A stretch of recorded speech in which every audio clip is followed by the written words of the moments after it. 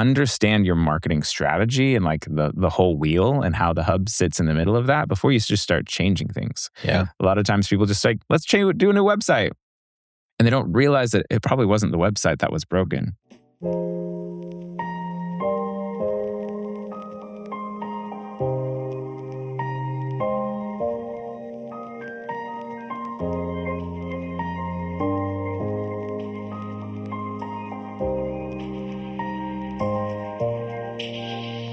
Hey, welcome back to the Stupid Simple Marketing Podcast. I am Brian Fitton, your host. I'm here with my awesome co-host, Brad Alexander. What's up, man? Hey, and we have back again, Jason Ruttell.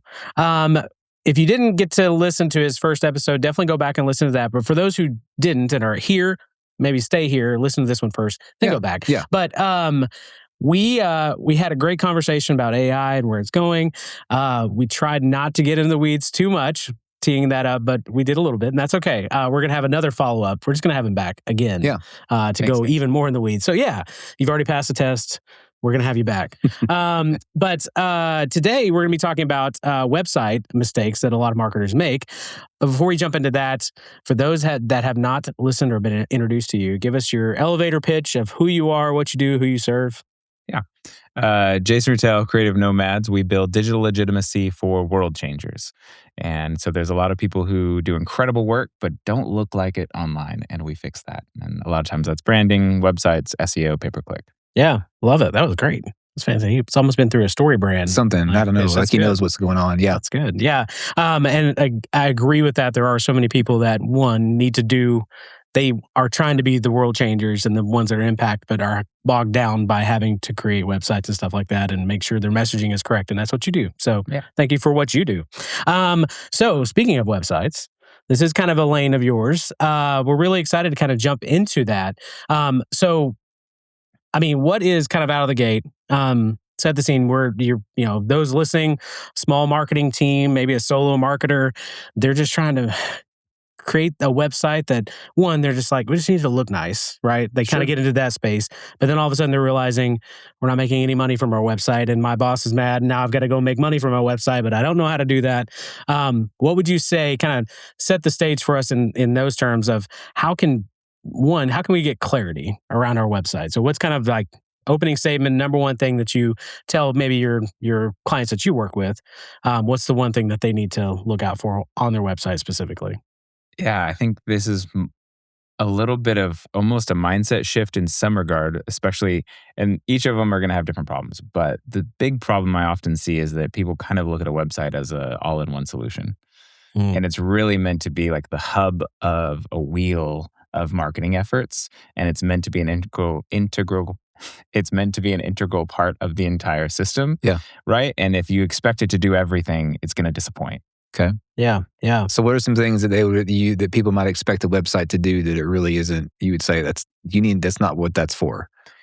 I think some people just think like if I build a website, people will magically show up and like sales are just going to be driven. Okay. And they don't realize that their work on social media, their work on advertising, their work on getting listings and SEO and like having publications pointing back to their website, and then having off-ramps from website to their CRM and their sales process and their systems, like they haven't thought through how it's really part of the entire ecosystem. People come to us and want a website. Right. And then we end up having to get into the weeds of like their entire business operations. Yeah. I feel like that with podcasting, actually. So it's like, hey, who are you talking to? And they're like, we don't know. And it's like, wait, is your business, you don't know who you're talking to? I agree. Yeah. Well, and it sounds like too, it's goals. Is this a revenue driver, or is this just information, first step of connecting with us? Or so is it really kind of defining what the goals are for the website up front? Yeah. And I think recognizing the goal does determine the effort, right? And like even just the scale of your website. A lot of small people people like there's different phases, right? Like you're a startup, now you've gotten some traction going on, and like people know you exist, and then now you've been existing and you're successful and you're driving revenue, and you're like, actually, we should probably level up our digital presence to reflect where we're at. And then now you're a big organization, you're an entity in it, and you do have really complicated needs on your website, and it has to serve a lot of audiences. But more than likely, it really only needs to serve one or two functions on the website. And if you try and make it do all of these things, it starts breaking down because it can't handle the complexity, and your engine behind it can't handle that complexity, because it's like the really big organizations can do things like rapid personalization of landing pages to people, where it's like they know that they clicked on this ad, so they see a different message when they get there.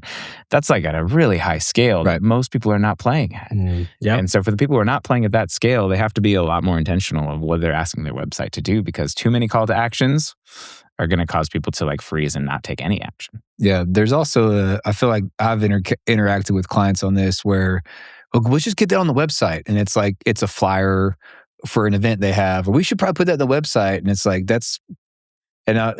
kindly, it's like, that's not really, nobody's going to see it. There's nowhere to post it that it makes any sense. And if we put it where you think people should see it, it's going to clutter up everything else so much that you're trying to actually communicate when somebody brand new. And often too, in my head, there's a couple different places for a website. There's like, most of this is really for the brand new person who's checking you out. Then there's stuff over here that the person who knows you, they're not going to your homepage every day. They're going to places you send them because they're on your email list, or because they know you, or whatever. And they're looking for that article you wrote. They're not like fishing around on what are the products they sell? Because they already know. And so there's a lot of that stuff that's not, you got to realize who's going to what parts of your website and what purposes. Anyway, and so it gets that, like, it's not everything. Yeah. It can't do everything for you, but it does have an essential function. And so what besides, you said it's a hub. Okay, that's definitely an easy thing to think of. There's other things you should do besides just have a website to get sales and use it for your marketing. As a part of that hub, what is a primary function, do you think, is a website? Is it just a business card? Should it be a sales tool? Is it a yellow page listing? What are, most of the time, what would you say that's the function of it should be? Oh, goodness.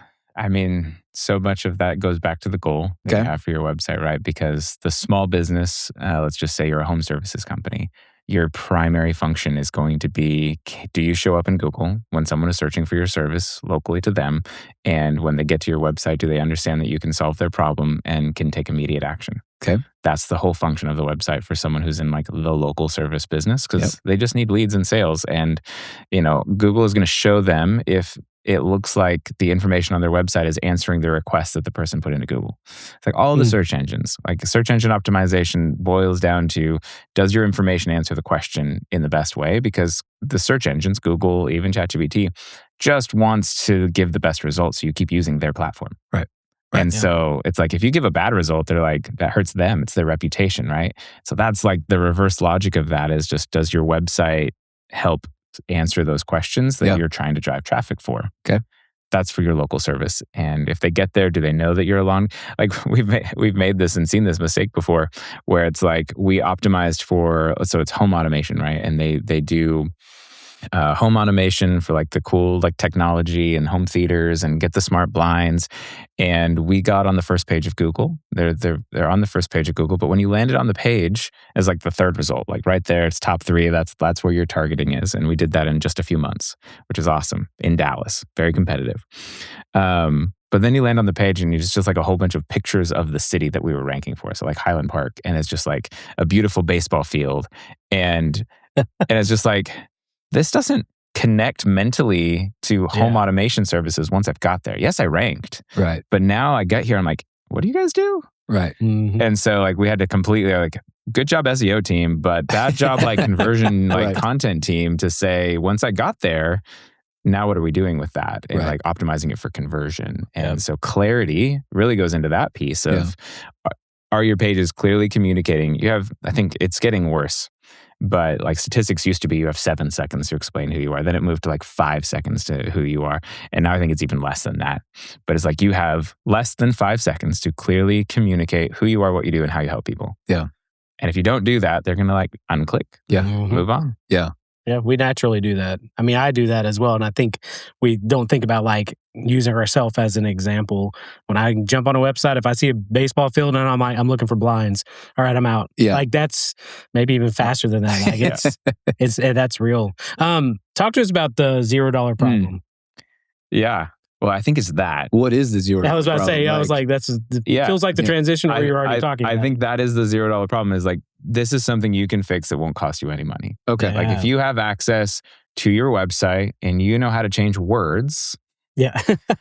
as long as you have a web, like whether you're Squarespace, Wix, WordPress, like you can edit words, you have a good chance at clearly explaining who you are, what you do, and how you help people. So let's just use the lawn care example. Instead of saying, rated number 1 in Fayetteville for the last 10 years at the top, maybe you say best lawn care in Fayetteville. Yeah. Like, stop making the brain do so much work to understand who you do. Maybe you put that rated number 1 like underneath that. Yeah. The first thing we have to see is that it's lawn care.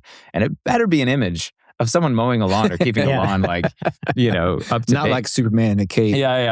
Oh my gosh, how many times have we seen that? Right, yeah. Are you selling capes? So I think that's like, it's got to be a $0 problem, which is like, it's going to cost you, 20, 30 minutes to go in there. And even if you don't have the right words to say, like legit, simple is better. So just like label what it is, what you do, right? Like yours, if you were just getting like super simple, podcast studio in Bentonville, Texas, or Bentonville, Arkansas. Maybe at Bentonville. We're expanding. Bentonville, Texas, Branching out. Bentonville, Illinois. That would be the most rudimentary thing to say if you're like someone was searching for a podcast studio, right? Because you could say like creator, influencer, digital platforms for making videos for them. Like you could go down this long lab, like we make it easy for you to make podcasts online. And that might be a good blog post, but it's probably not going to help you when someone's actually just looking for a podcast studio. Yeah. And that's why even with us, like the expanded services, we say we help businesses build authority through video. So it's like you're a business, you're wanting authority, and you need video. It's like, that's what we do. And so podcasting is part of that. But if it was just podcasting, we do podcasts really well. That's very, very straight. Well, sorry, go ahead. No. Yeah. I'm in the StoryBrand world, right? I'm a certified StoryBrand guide. You have used StoryBrand folks to help write websites. And even I think the way they process it and would say is like, you got to, within that 7 seconds, 3 seconds, it's like, what do you do? How's it make my life better? And what do I need to do next to do business with you? You got to answer those questions above the fold when it lands. Just quickly. All right, what is it you do? How's my life going to be better? What am I supposed to do next? Okay, because those are the things we're just trying to check off the box real quickly. Okay, yeah, and then you'll scroll down and I'll read. But I want to see, is this actually what I'm looking for off the bat before I'm willing to give you more of my time? This always stands out to me. Brian and I have a friend, a mutual client that back in the day I was helping do some work with, and their website was something we were trying to address. And their service, they're in the services world, and they deal with families. And we were trying to evaluate the path on a website that people go through to like get the information that they need. And so I pulled out my phone and got a stopwatch, and I slid my computer over to Brian, and I said, okay, here's the 3 questions we're trying to find. There's like 3 things besides, it's just like things that parents want to know about this thing.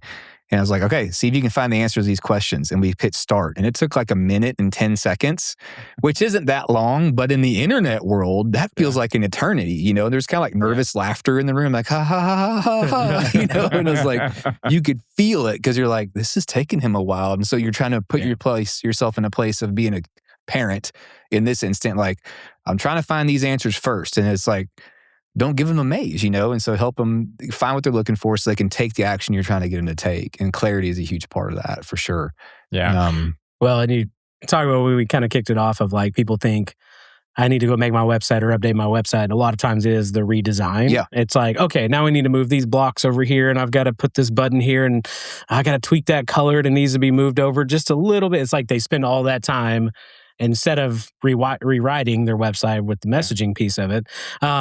So why do you think that is? Why do people immediately jump into, I've got to go update my website, and it's changing all our colors? It's like, no. Nobody, the color science doesn't need to be the first thing that you get into. Yeah. Or at least not the only thing. They're not the only thing. Yeah. Right. I think we do the aesthetic changes just because we like to do the aesthetic changes. Like personally for us, is like we want to see it lifted up. But what's been challenging for me over like a long time is it's not just the pretty websites. And it's usually not the pretty websites that convert the best a lot of times. It's the most clear. And so I think that's where people do the aesthetics because it's accessible or they know how to do the tech. Like there's a lot of people who build websites who understand how to build websites, but they don't understand like sales. Yeah. And they don't understand like user journeys and user interfaces, and even just like spending the time is like, yeah, we know how WordPress works, we know how servers work, and they'll just spin up a website. And you see a lot of times, like we inherited a client recently, and they did a redesign, and they were ranking for a ton of nationally ranking across the entire like piece, and for, I don't know if I should say the category, but eyeglasses, and like nationally ranking for this, and they got a redesign. We inherited it right after the redesign, and they're like, we did all this stuff, and not only is our SEO impacted negatively, it was that, it also looks like we stepped back in time 10 years. Like, it was an update that just didn't, it was just tech. Like, it was people who were developers who were just changing things without both understanding design, but also like SEO at the same time. So there's a lot of pieces that get involved that, you need to understand sales, you need to understand operations of a business that you're messing with, and how the website really sits into that whole ecosystem. And so I think people would be best served before they just like do a redesign, and we actually stop people, is understand your marketing strategy and like the whole wheel and how the hub sits in the middle of that before you just start changing things. Yeah. A lot of times people just like, let's do a new website. And they don't realize that it probably wasn't the website that was broken. It could have just been the words. It could have just been the call to actions. And it could have just been the fact that like your marketing efforts outside of the website were bad. Yeah. My bad. My fault. Yeah. What about this? Do you have any stories or examples of when you've come in and maybe light redesign or really no redesign at all, but you just came in and changed the messaging and you saw an improvement without having to do a whole, or do you normally package them together anyway? We normally package it together at the same time. So there's not a lot of times in which we'll take a website and just change words. Okay. But there is a few of those actually. I have one, and we've just been consulting them over the last several months, and it's literally just like iterating back and forth. And they didn't have a budget for us to just build them a new website, and so it's just been messaging, and it's just been like bringing clarity. And like their website has slowly gone from a really terrible 3-page explanation of what their ministry does to now it at least clearly explains who they are and their positioning, and then calls to action, so like how you can give to them and the projects to way to support them. And so that's been a situation in which they feel even more confident to use their website now, because they knew it was bad. They knew it didn't reflect, but they also didn't know how to fix it. Yeah. Right. And so just over the course of just asking them questions and like telling them feedback of like how the homepage should shift, and answer questions about your authority, and like, why should someone listen to you? And like, why are you trying to solve this problem? And those are the pieces where I think Donald Miller talks about this, of like, the brain has so many calories it will spend before it just shuts off. And it's just, you have to immediately answer the question, are you an expert? Like, do you understand my problem? Are you an expert who can actually solve it? And then, all right, now what do I do? Yeah. Right. But you have to answer the first 2 questions first. Yeah. You know, before we just say like, I love his example of like, go on a date with me or marry me. And like a lot of times he's like, marry me. And like, what? And then it's like, let's go on a date first. Yeah. Well, where do you see, because you guys handle both, you handle writing and the redesign, which I love, because there's so many, like you were talking about, website design companies are like, sweet, what do you want to say? And the business people are, I don't know, I thought you were going to help with that, right? And so, which is where we get all those junky templates. It's like some designer put it together. It's like our vision, our values. It's like, that is not homepage material, right? That is not homepage stuff. Nobody gives a rip, right? Nobody. Not yet, at least. And so on your end, how do those things play together? And even in your process, because I know people that work both ways. Like, they start with the writing that informs the design. We want the design to reinforce what we're saying. Other people I know that do a great job of this, where they actually have a design layout first, and they still pay attention to the writing, but they make sure the writing fits in the blocks so that it visually still looks good. Like, we need this to be a 4-word headline, not an 8-word headline. Or like we can do 50 words in this block, not 120 words. And so they force the writing in a design way to fit into it, but even though they're still doing good copywriting. So do you have one approach you guys use? How does those things play together for you guys? Yeah, no, that's a good question. It depends on the scale of the project and the budget. Okay. Transparently. That's fine. It's Yeah. We have 3 levels of like quick, rapid AI website, and that's going to do a little bit of both at the same time. It's going to use AI to like power through and build some of those things. That's for someone who needs it in like less than a week, and they just need something. Like, remember we talked about the business stages. Right. Like they just need something online. I need some legitimacy. Yeah. Mhm. The next level up from that is a template-based one where you're starting with a visual, and then now we're working primarily on the copy and the messaging. Okay. And we just need a good foundation that looks good. But then that's where a lot of the time is, here's the layout. It needs to fit in these layouts, and we'll rearrange the order, but we're making sure that it's explaining all the things we're talking about, like who you are, what you do, how you help people, where to take action, what's the process of taking action with us, where's the reviews, what's the authority building, all of those key components in a landing page and in a website. And then the highest level is where we really start with messaging first. So like in our custom ones, we're going StoryBrand certified guide, walking them through the whole process, laying it all out in text format. And then that moves to a wireframe where we're playing with all the sections with all of those text pieces, seeing how the flow, making custom content sections, and then from there, bringing that to life with real design, Figma design, mapping that all out, and then building. Yeah. That's a much more intentional process. And that's for the orgs that, have had a website, they've already been around, they have their processes kind of laid out. Now they're ready to like level up. And I think that's where those things fit into place. For the people, the middle tier is for the people who like their cousin made their website and like it's been okay, but they're ready to level up, but they still are figuring things out, right? Yeah. And then the bottom tier is for the ones who are just starting and like they have nothing. Yeah. Yeah, and thanks for walking through that, because I think even we're not going to talk about this specifically as a whole thing, but like you can get a website for $500, you can get a website for $100,000, right? Yep. And people that are just like, I need a website.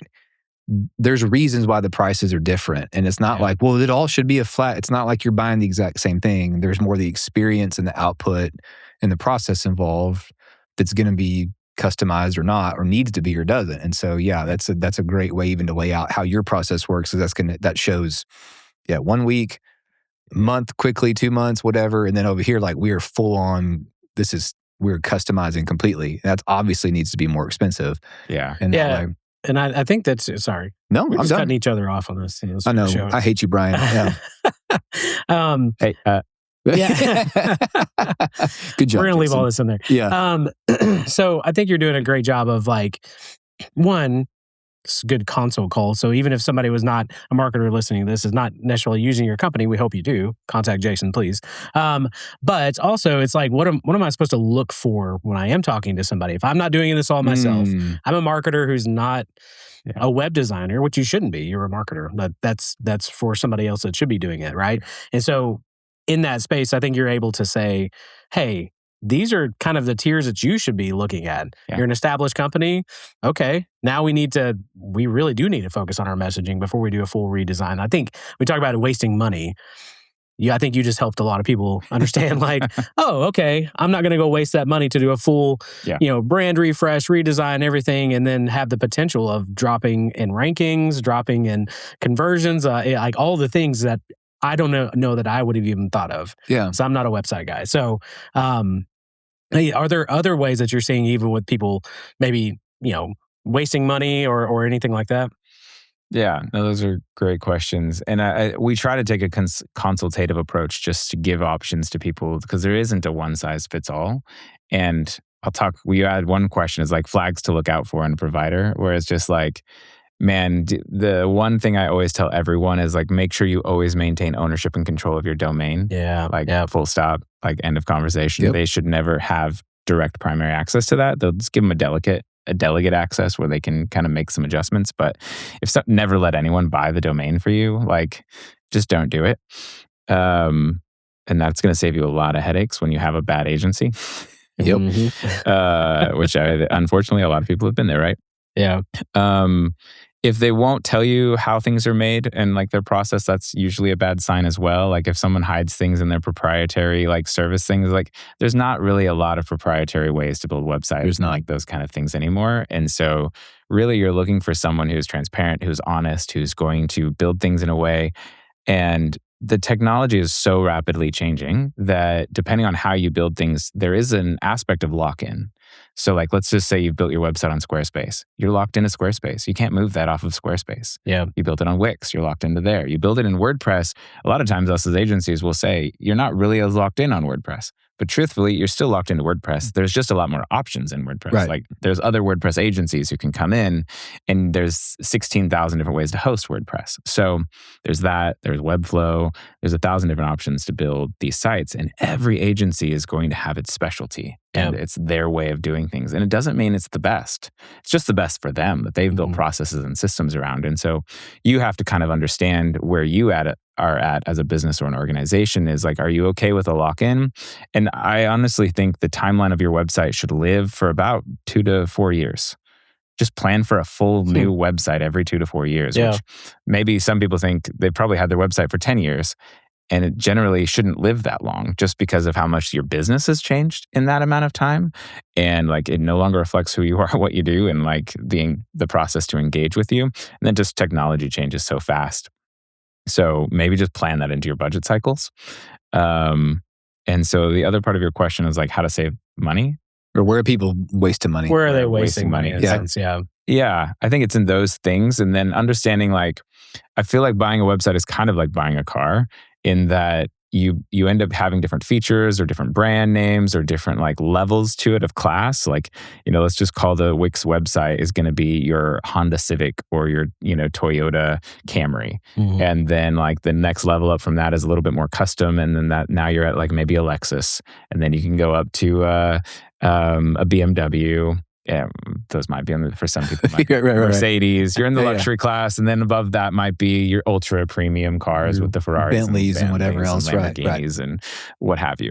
And then there's also like specialty ones where like you could have a race car, right? You could have one that's just designed for speed. And again, that comes back to goals and setting that up. So understanding where your business is at and like the type of website you need is really important to not waste money, because you might be at the level where you just need a website and you just need legitimacy. And then you might be at the level where it's like you kind of have a complicated infrastructure and you might need to have the flexibility to post content and change new landing pages and even just thinking about how you put things on websites. Oh, throw it on the homepage. That doesn't work. And you have to plan for the information architecture of like really thinking through. It goes back to the wheels, like where does content need to live and how do we build a website that supports all of the different mechanics that we have? And it's like the idea you have next in 6 months, it's like, we want to add a podcast. Okay.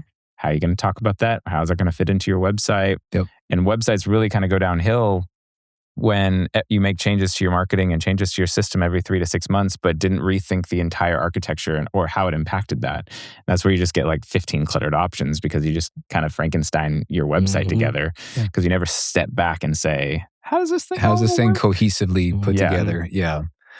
And I think something that comes to my mind in that too, is paying attention to the things that are really worth paying attention to and then being okay with ignoring stuff that doesn't matter. And sometimes it's hard to know what those are. And if you can find a trusted person to talk through that's got a more, like you said, they'll consult you through things as opposed to like, sign the page today, right? Because I think logo redos, rebranding, and new websites are a place where it feels like I'm taking action. And it's not that you don't necessarily need to do that, but just because you don't understand necessarily the complexity of everything else in marketing, we just need a new logo. And it's like, so you drop $10K in a rebrand, but you still have no social presence, no email game. You get like, it's just, maybe not saying you don't at some point, but it's not, it just feels, I think it feels like I'm doing something because you just don't know what else to do. And so, there's a lot of honesty and I think in a good website provider would be like, why are you doing this right now? And we want to sell our thing, but like maybe you don't need this thing you're thinking. We can just do this at a lower level. And so you can free up money to do X, Y, Z, to help people think through that. Well, I know here's something specifically was just putting social proof near your ask is something I think that you have a unique take on or something like you really consult or it seems like it's valuable to you. So talk about that, like, because those are some minutia on a page that somebody may be like, what are you talking like? How does that help with the authority and with the sale or with the conversion of whatever you're trying to get people to do? I think it's the credibility aspect. It's we do business with people we know, like, and trust. Okay. Right. And so you effectively need to do that on your website. And so I want to hope that it's assumed in common knowledge, but like you got to build out the social proof to say like trusted reviews. These are other people. It frees the mental mind of when I see a Google reviews on a page, I know they're not made up because it has a little Google badge and someone had to submit it over there. And I personally know that they actually, they don't just let every review through. They will actually make sure it's a real person and profile. So that is a layer of, authenticity there. And then when I see that, it takes that mental weight off of you as a consumer that says, this other person trusted them and did work with them, so I can trust them a little easier. It's just like getting a warm referral. Yeah. It's the next best thing to a referral. Like the absolute best way is if I went to you and said, hey, you need a video like a podcast studio? I know this guy, Brian. He's 100% the best. I've seen him do incredible work, and I wouldn't trust anyone else with doing a podcast studio. Like if you're in the Northwest Arkansas area and you're not using Brian, then you're missing out. Yeah. Or in Bentonville, Texas. Yeah. Bentonville, Texas is his new office. Yes. Yeah. Right. Like that's the 100% the strongest way to get a referral. But the next best thing is if you go to his website and you saw 15 other reviews over there that said, Brian's great. Go Rogue Studios. They were amazing. Here's a picture of my studio setup and it was amazing. Right. And here's my podcast that you can go check out. It's live here and check this out. Right. And him just showing work on his website of his other guests and different setups that he's had helps relieve the mind to say oh yeah, other people trust him. Other people are doing work with him. Yeah. It's the next best thing to a referral. Yeah.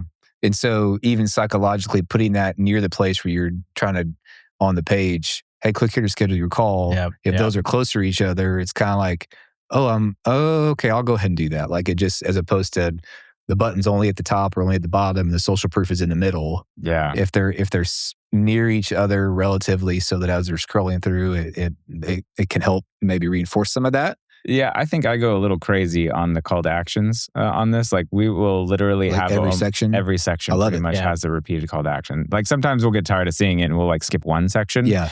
But if there's 7 sections on a page, there's probably 6 repeated call to actions on that page. Yeah. And are they different?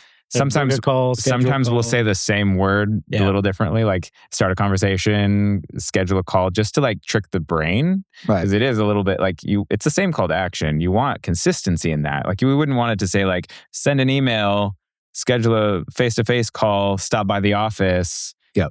That's a little inconsistent. But if it was just different ways of saying the same one, that's still a clear path. Yeah. Right?